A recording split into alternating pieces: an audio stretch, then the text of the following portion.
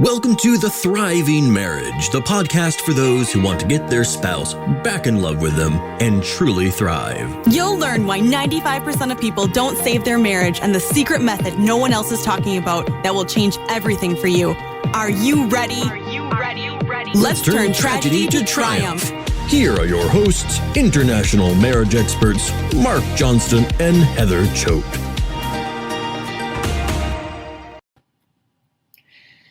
Good morning, everyone, or afternoon, or evening, wherever you might be in this beautiful world at this crazy time.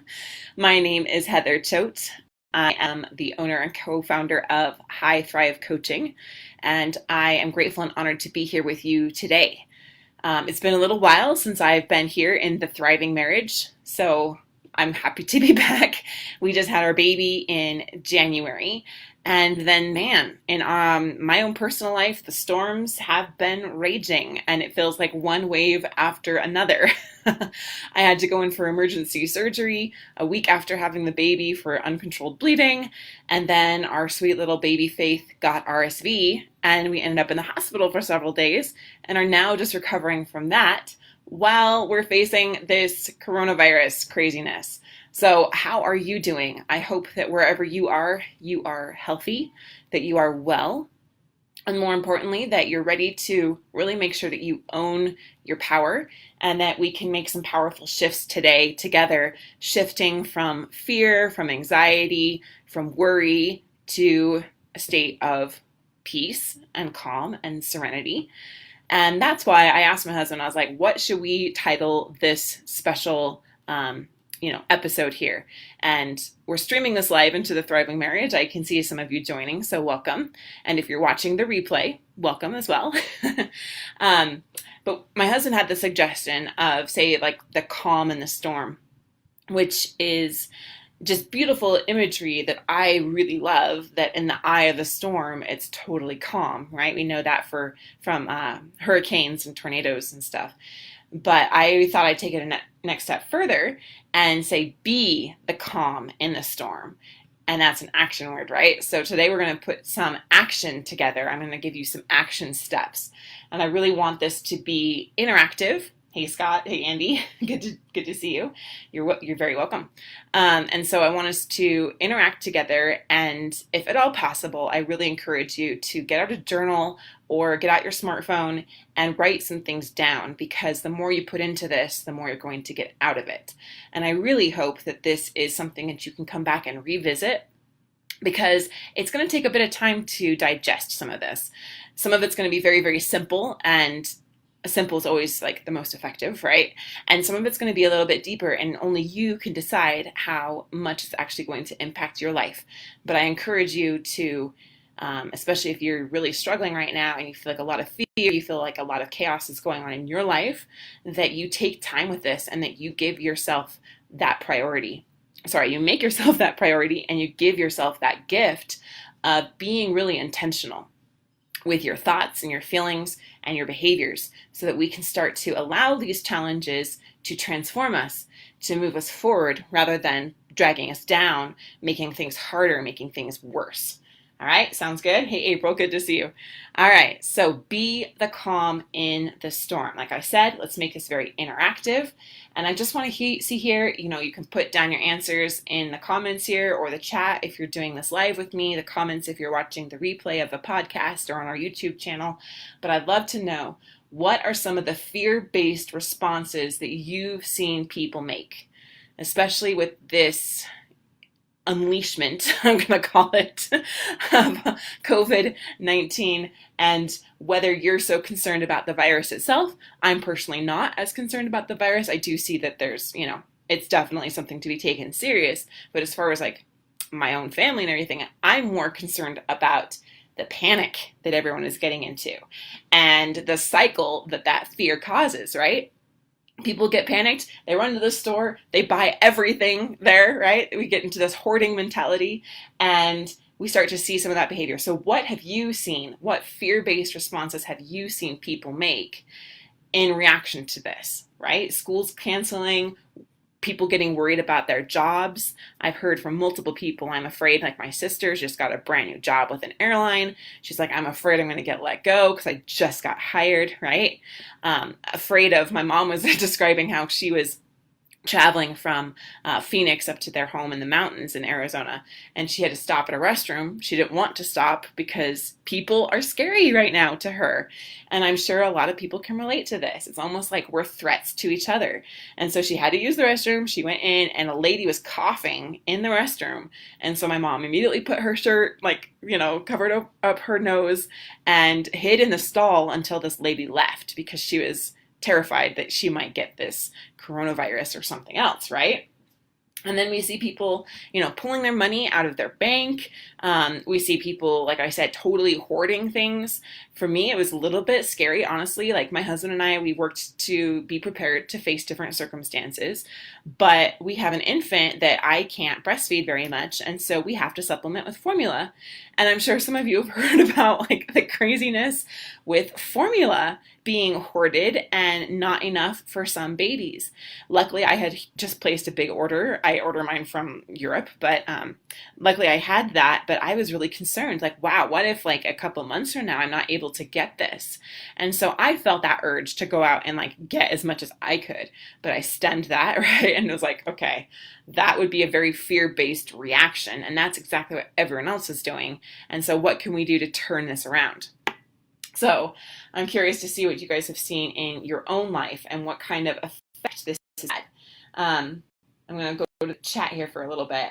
The government is calling to take for martial law in the next 2 days. Yeah, that definitely causes some fear there, right? Manage staff at daycare. I've heard from several people here in the group that are concerned. You're business owners, you own a restaurant, Mark and I, we're the owners here at High Thrive. I get that.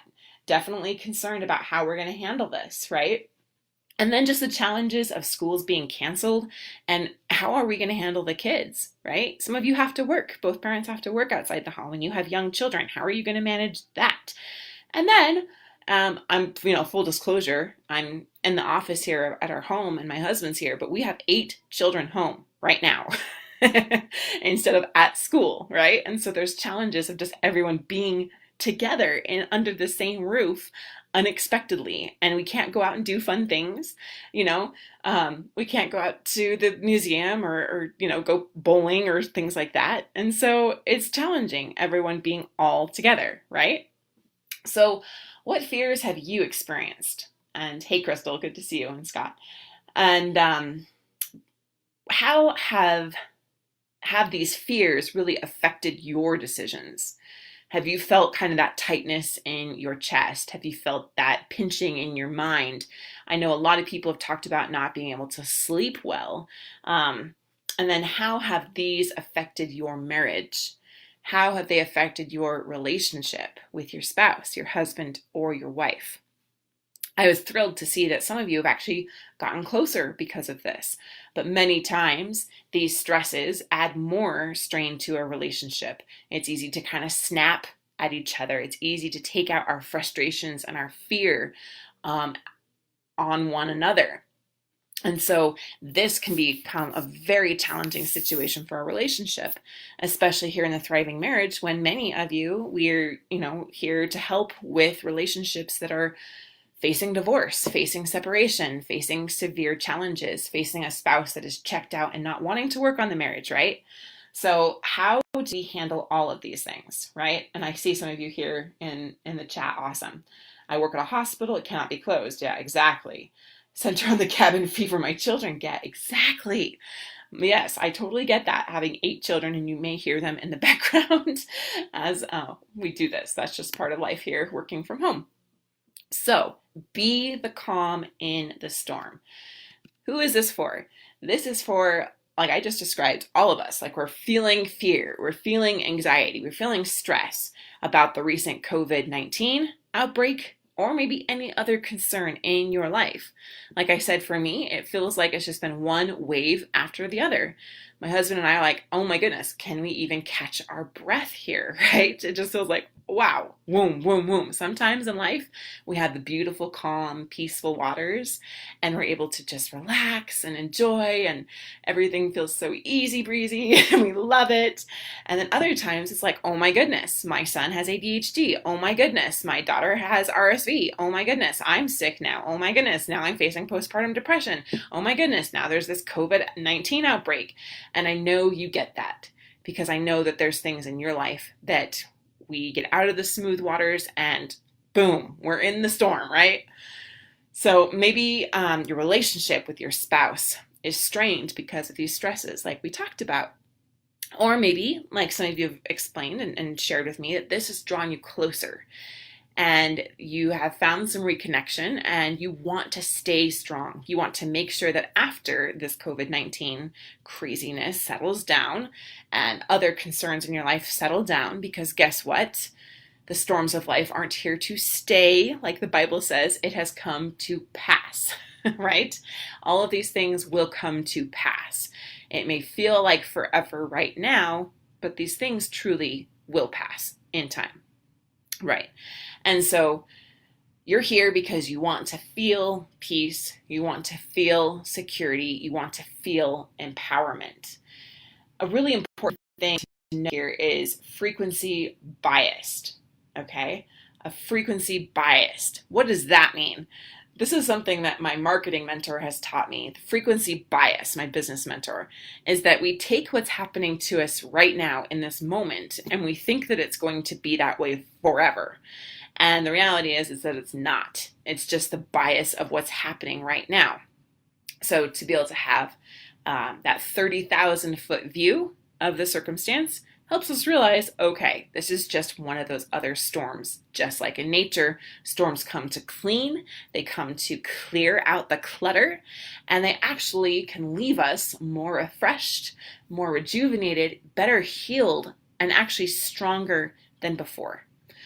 I'm sure you probably heard something like this before. It's not anything amazingly new coming out of my brain here. But you know, those trees that never face any wind or obstacles, they don't face any hardship in life, right? In their little tree lives. And then all of a sudden, boom, something happens and the tree gets totally flattened out. I've seen this myself, actually, in reality, in nature, going through the aspen trees in southern Colorado. And some of them are just completely laid out by an avalanche or a hurricane, or not a hurricane, oh my goodness, sorry guys, not a hurricane in the Rocky Mountains, an avalanche or a mudslide or a big storm. And then others have these amazingly curved branches, curved trunks. Curved trunks.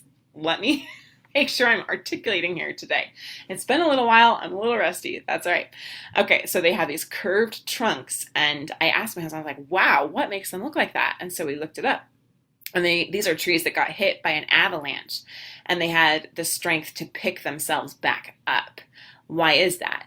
Because they were the ones that have been tested, and they are the ones that have strong roots to pick themselves back up.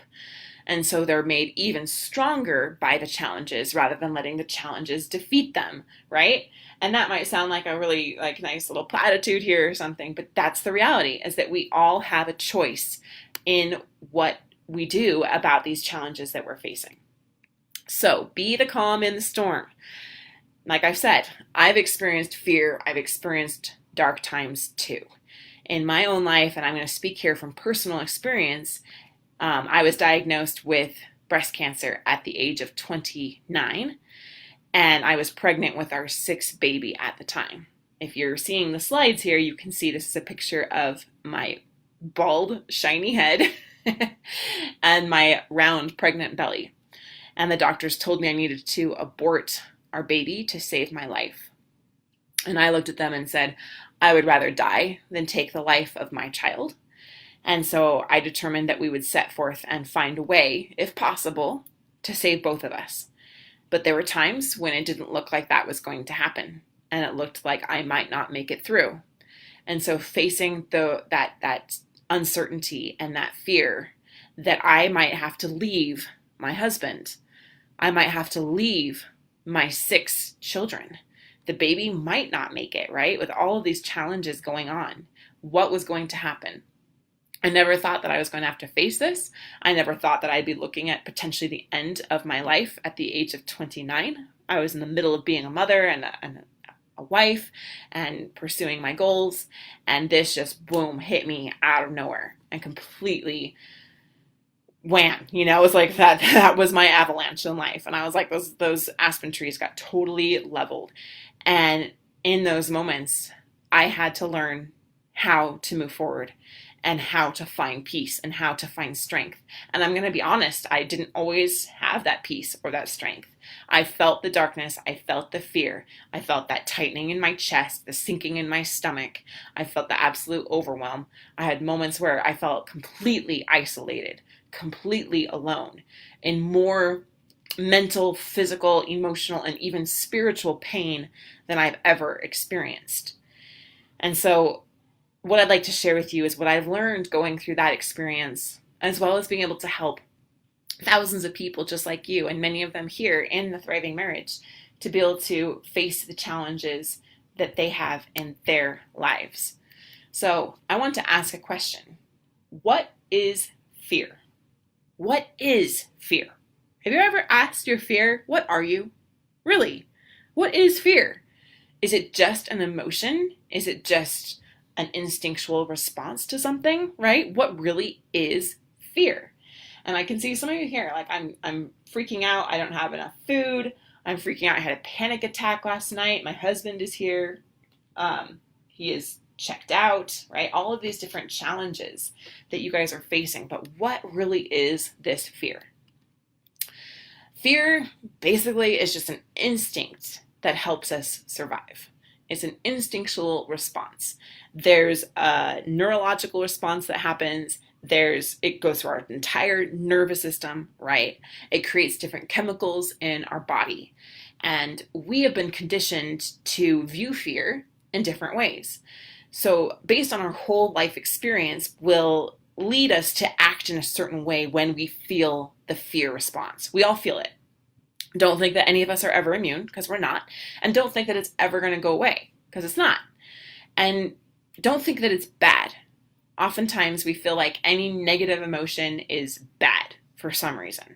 Like, I should never be afraid, because if I'm afraid, then I'm weak, for example, right? That might be the story that you tell yourself. Or if I'm afraid, I'm out of control. If I'm afraid, then, I just know something bad is going to happen to me. And I'm just bracing myself for that, right? Or any other bad emotion, like bad emotion, quote unquote, right? Emotion that we feel that we've been conditioned to think is bad, like sadness, or even depression, anxiety, overwhelm. All of these feelings come to us. And I used to feel like they were bad, right? I shouldn't feel sad. I shouldn't feel scared. I shouldn't feel pain. I shouldn't feel overwhelmed. And I've learned that the more I fight them, the more they last. Would you agree? The more we fight anything, the more it persists. There's that quote, what we resist persists. And we don't want them to persist. And so we're like, I don't want to feel you, so I'm going to try to push you away. I shouldn't feel fear. I shouldn't feel negativity. I shouldn't feel despair. I shouldn't feel overwhelmed. I shouldn't feel that. And so we try to stuff it down, but it always comes back. And it usually comes back in greater, stronger quantities, right? To the point where we're like completely consumed by it. Does that make sense? Have you experienced that yourself? Right? And he says, fear is the response to the unknown. Exactly. We don't know. And so we're immediately afraid of what we don't know. We've been conditioned to be afraid of the unknown rather than to say, hey, this is just a feeling and it's come to pass. I can let this feeling be. I can learn from it. I can move through it.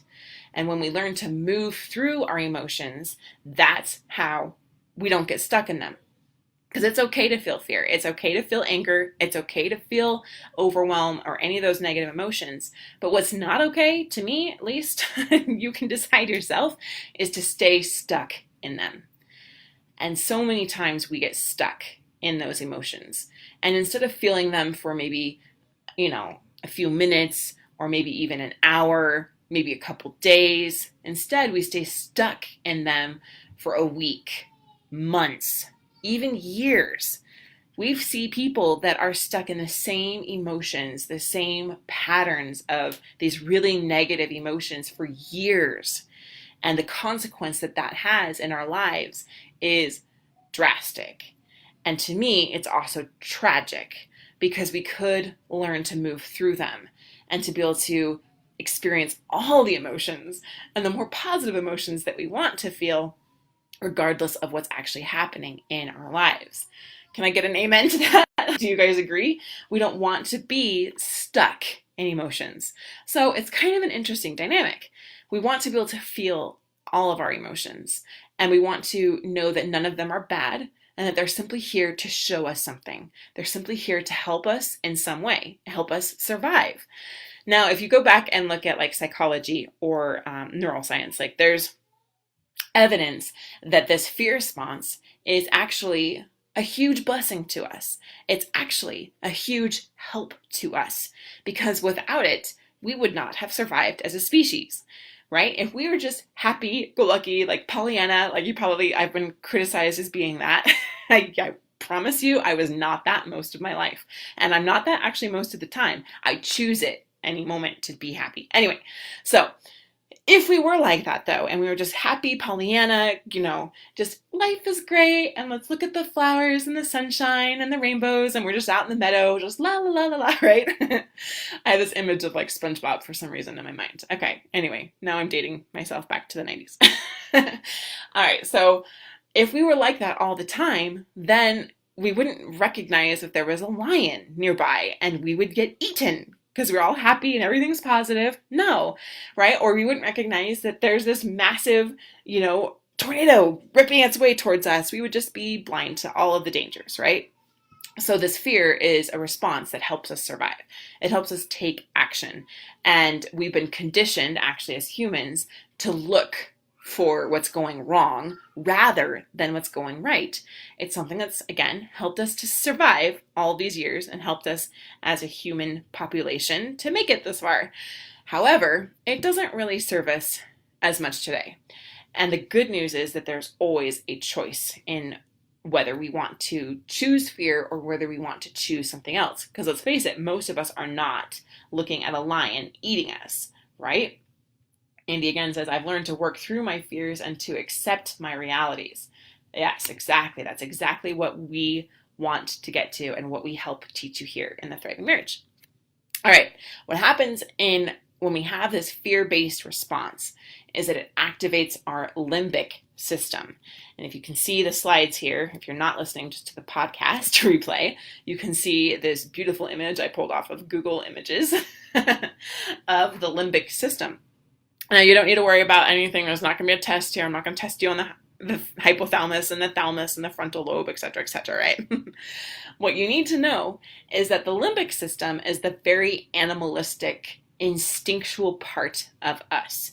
And when we feel fear, especially like ongoing fear, stress, anxiety, worry, our brain turns off the reasoning part of our brain, the part that we need to like make really reasonable decisions, and it turns on this very animalistic, instinctual state. Now, if we're in fear, do we make the best decisions? Really think about it. Like if you're completely freaked out, do you make really good, rational decisions that are for the benefit of your life and your relationship long term? If you get a text and someone says your husband's cheating on you, in that moment, are you going to make the most rational, effective decision for your relationship? Like long term, No, of course not. We react in a very animalistic state. We get angry. We go out and we start buying everything at the store, right? We can see this instinct in action right now, right? And so the limbic system is there to help us survive, but it's not great for us long term. It's not great for us to really make the best decisions for our relationships.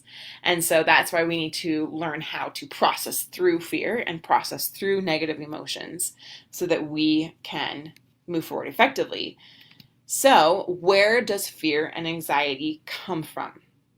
Where does it come from? We talked about like the instinctual response, and there's a little bit more to it that I'd like to share with you.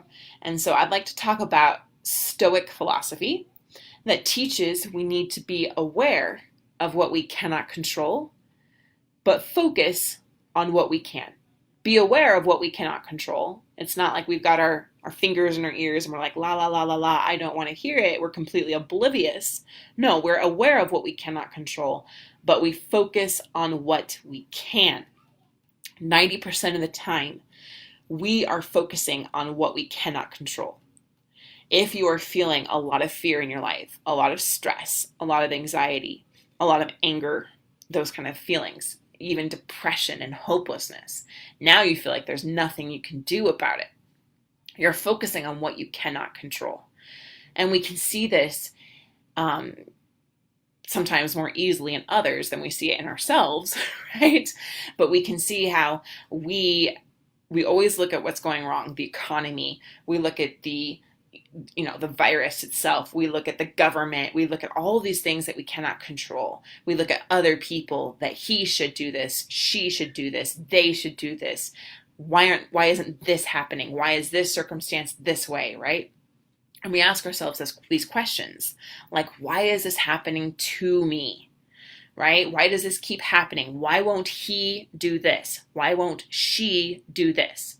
Okay?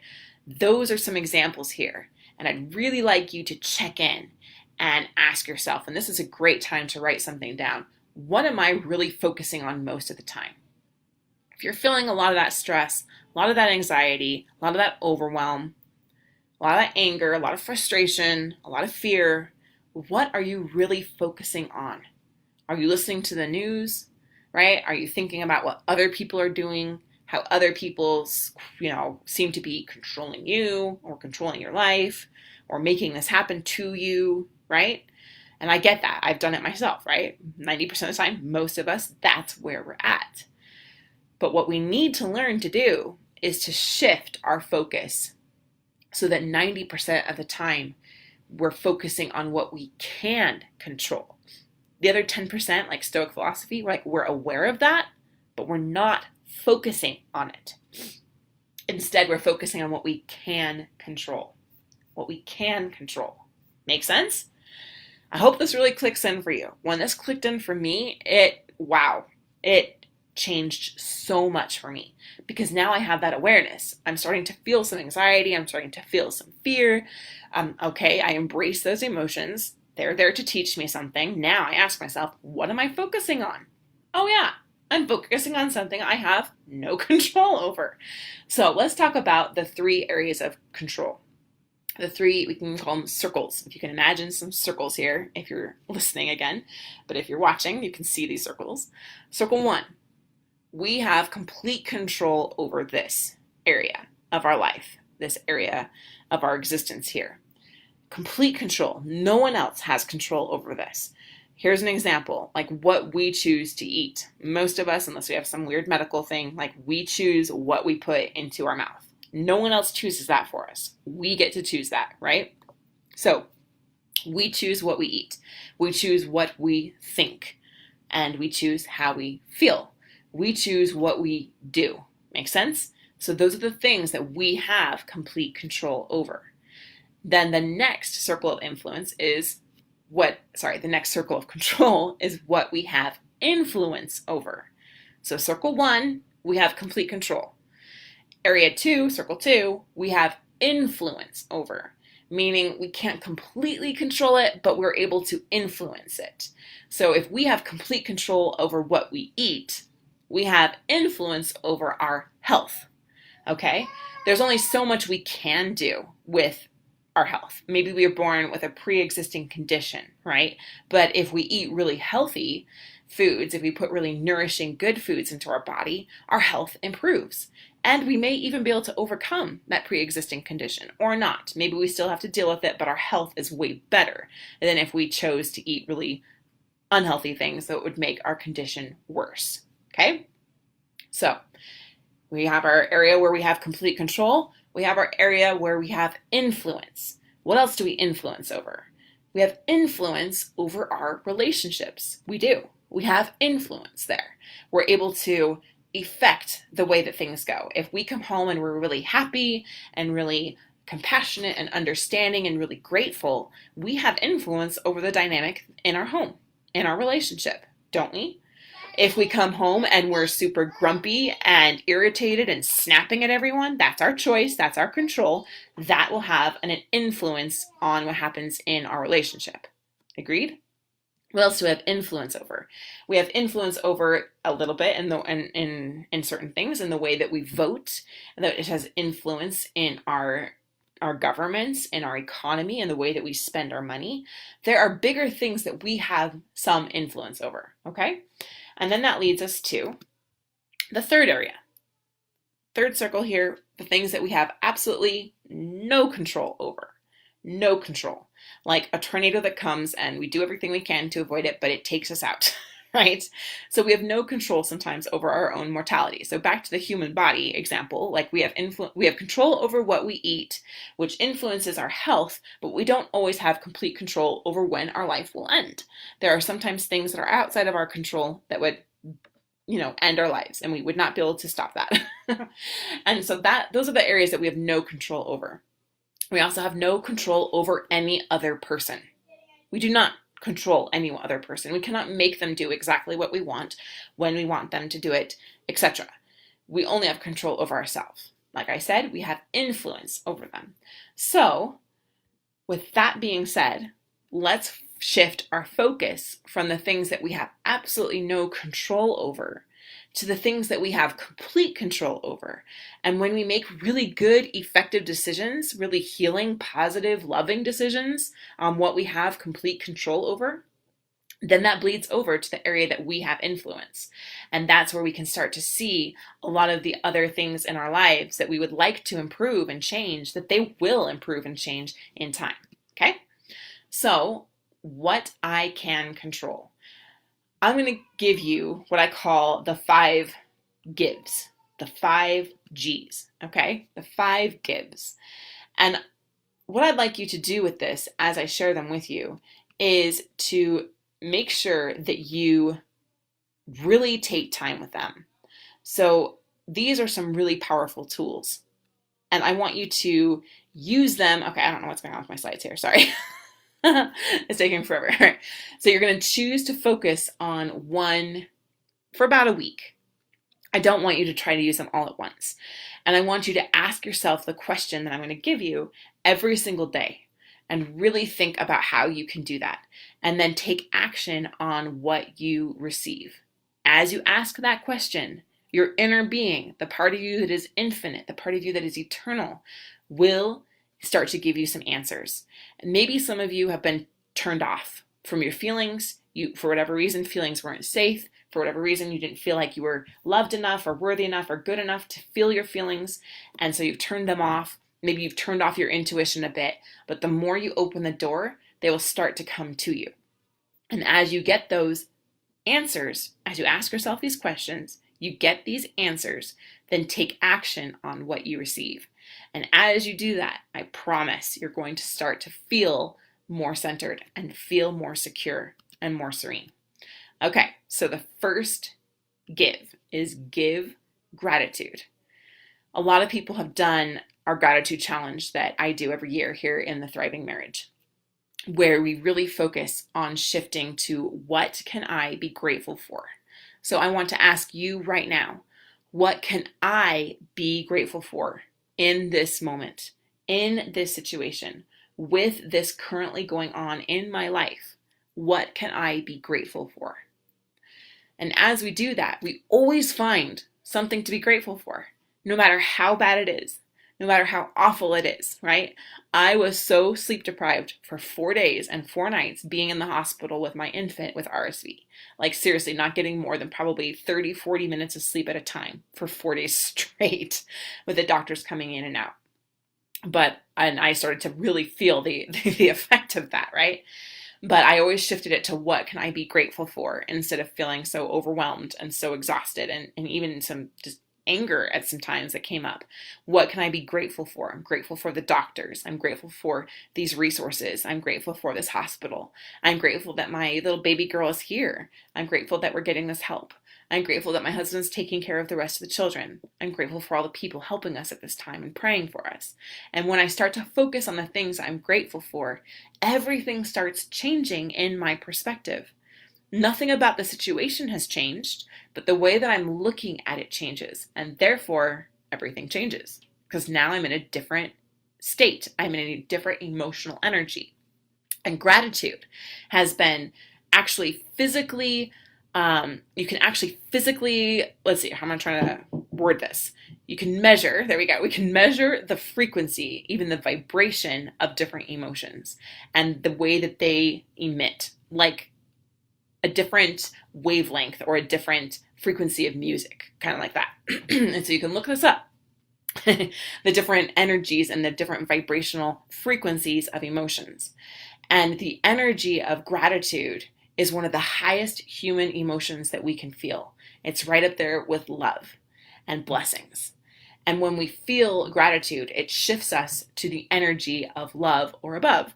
And I love that, love or above. That's from the lady from, she's got the Mind Valley course. I don't remember her name right now as I'm on the spot, but she talks about the energy of love or above. Not from me, it's from her. But what we want to live in this energy of love or above, because that's where we feel the best, we feel the happiest, and we're able to have the best results show up for us in our lives. So who wants to live in the energy of love above, right? If you want to feel the energy of love or above, then choose to be grateful. So for a week, ask yourself every day, what can I be grateful for?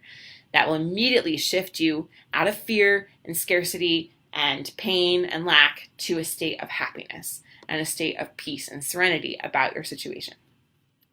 Then the next one is give growth. So for a week, at least a week, if not more, you can take it for a month if you want, but to give growth. Here we ask ourselves, what can I learn from this? What can I learn from this challenge? My husband says he wants a divorce. What can I learn from this? My wife says she's in love with another man. What can I learn from this? There's this crazy coronavirus and I'm really freaking out because everyone else is freaking out. What can I learn from this?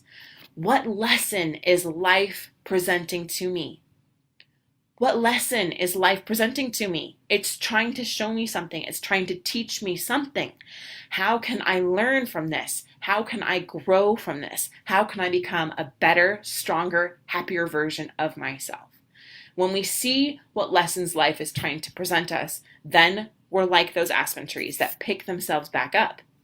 Instead of letting the challenges knock us down and knock us down again and again and again and again, we're able to grow and become stronger because of the challenges that we face. So give growth. The next one is to give out. Who can I help right now? Who can I help right now? Do you see the power of that question? When we start to ask better questions, we start to get better results in our life and better answers. So instead of, why is this happening to me? Why am I going to lose my job? Why do bad things always happen? Why can't he? Why can't she? Right? Instead of those kind of victim questions, we start to ask ourselves, who can I help right now? I asked myself this question the other day, and I realized I was feeling some scarcity about toilet paper and about infant formula, which is more serious. And I was like, you know what? This feeling of lack and this feeling of scarcity, this is not me, and this is not going to help me. And in fact, that's what everyone else is doing, and it's only making the problem worse. So I started to ask myself, you know what? I need to get myself out of this hole. Who can I help right now? And boom, I was like, oh my goodness, I'm going to go call all the sweet old ladies in my ward, make sure they have enough food, make sure they have enough toilet paper. Okay, cool. They're taken care of.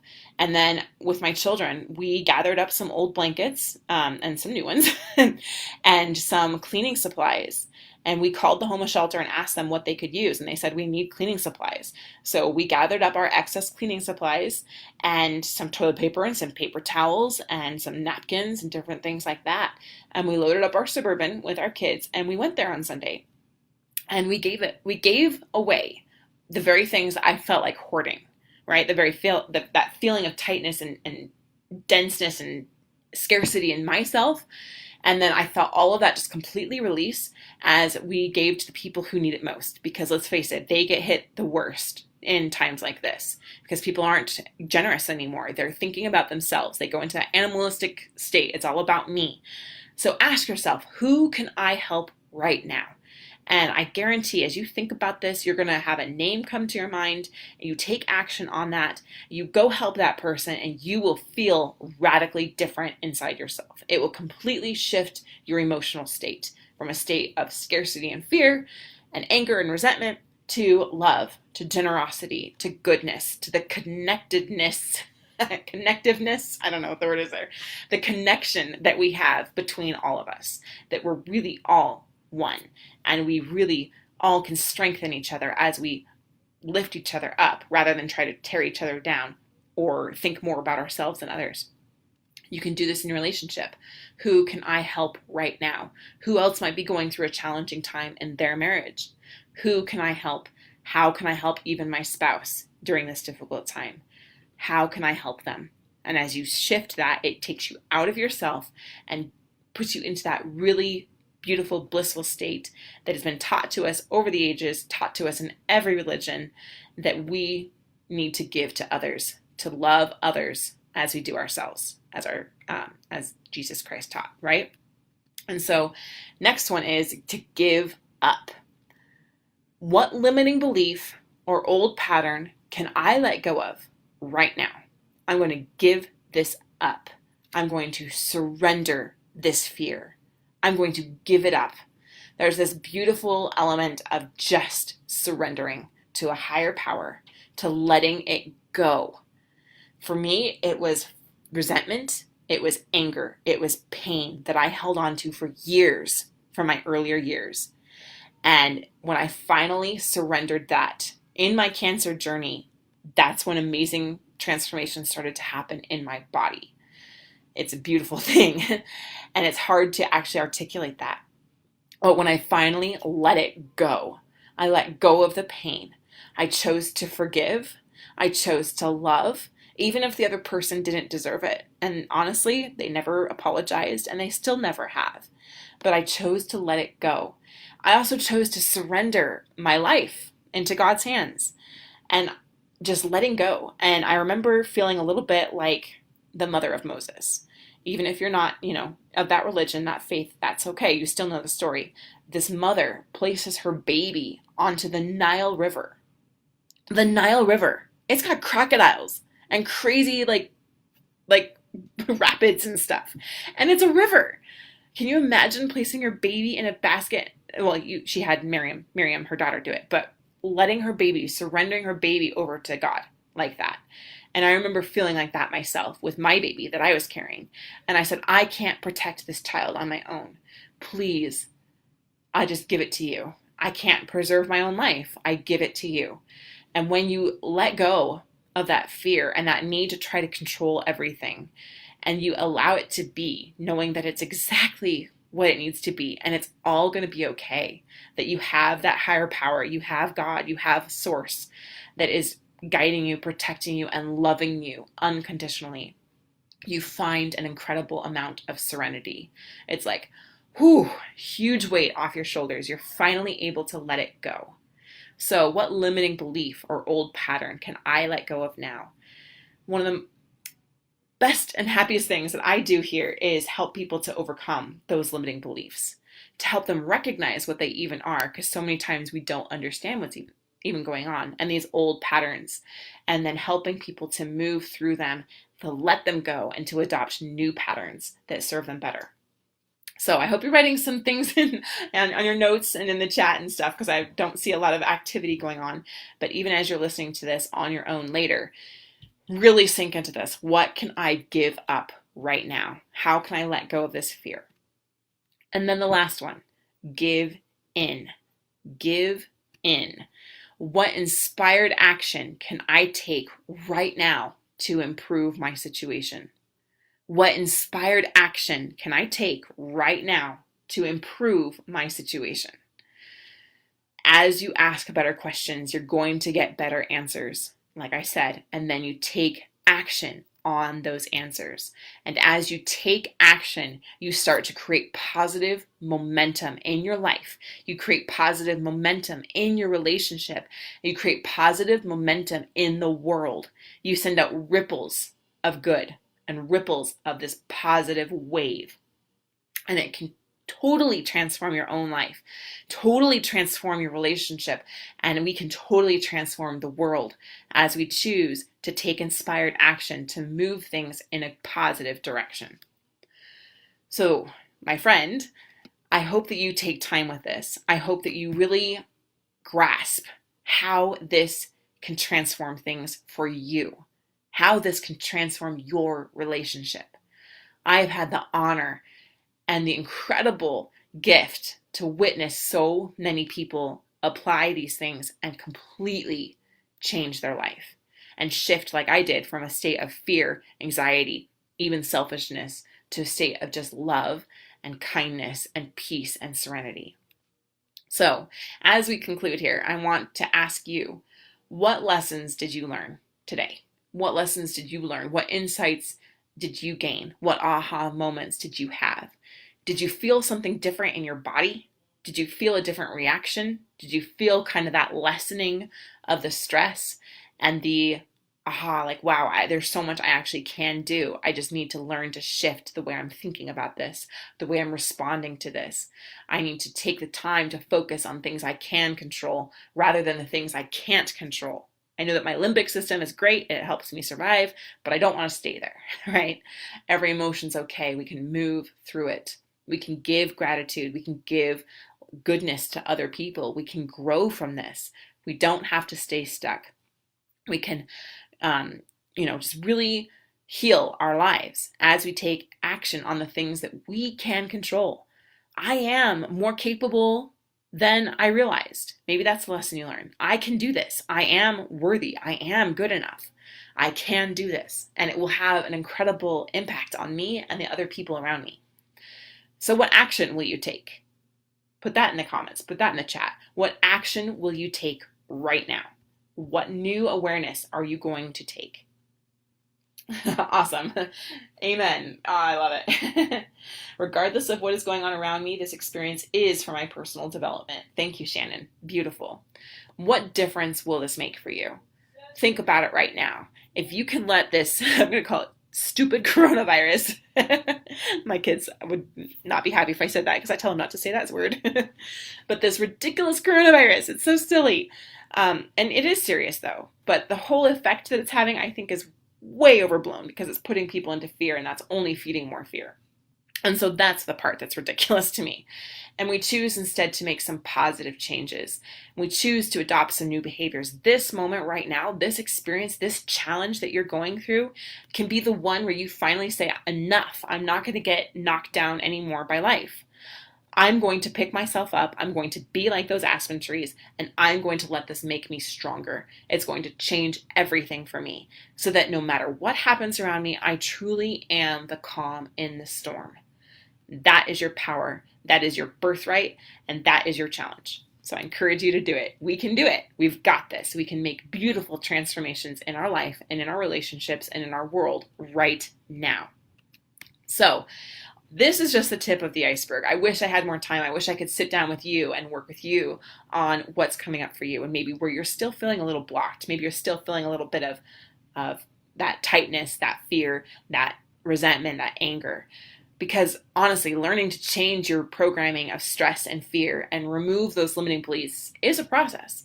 And it's an ongoing process. And I would not have been able to do it if I didn't have a mentor to show me the way. And so that is exactly why we're here to help. You can PM me directly here on Facebook. You can PM Mark Johnston. He's our international marriage expert here, right? You know him.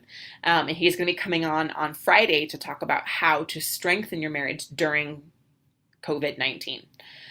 You can also apply for a completely free consultation, completely free, our gift to you, to learn about how our coaching may be able to help you. And you can do that over at highthrivecoaching.com/apply. And we would love to talk to you, because these moments define us. I know that they are scary. I know that they are challenging, but it's always our opportunity and our choice to take a step forward into the darkness, and then take another step, and then take another step, and take another step.